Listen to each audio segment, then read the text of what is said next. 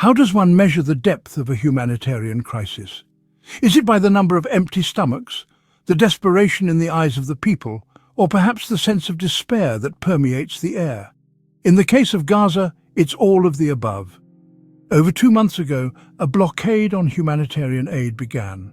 Vital supplies were cut off, leaving the population in a dire situation. The blockade was imposed by Israel, a decision that has been met with widespread criticism and concern. As the weeks passed, the situation in Gaza worsened.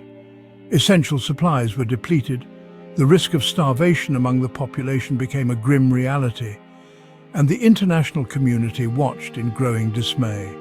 The blockade not only affected the availability of food, water and medicine, but also limited the capacity of humanitarian organizations to provide much-needed assistance.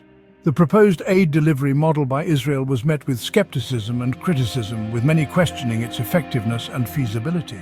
In response to this escalating situation, a joint statement was issued. The foreign ministers of 22 countries, including Australia, Britain, France, Germany, Japan and New Zealand, along with EU officials, expressed their concern and called for immediate action. The joint statement emphasized the importance of upholding humanitarian principles. It criticized the Israeli blockade and its proposed aid delivery model.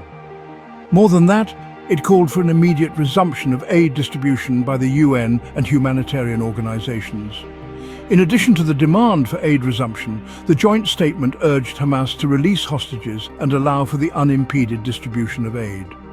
The statement also advocated for a ceasefire and a two-state solution, with the hope of achieving lasting peace in the region. In summary, the humanitarian crisis in Gaza, triggered by an aid blockade, has led to widespread international concern. The joint donor statement has highlighted the urgency of the situation, calling for immediate action and the resumption of humanitarian aid. This crisis serves as a stark reminder of the need for diplomatic solutions and respect for humanitarian principles in conflicts worldwide.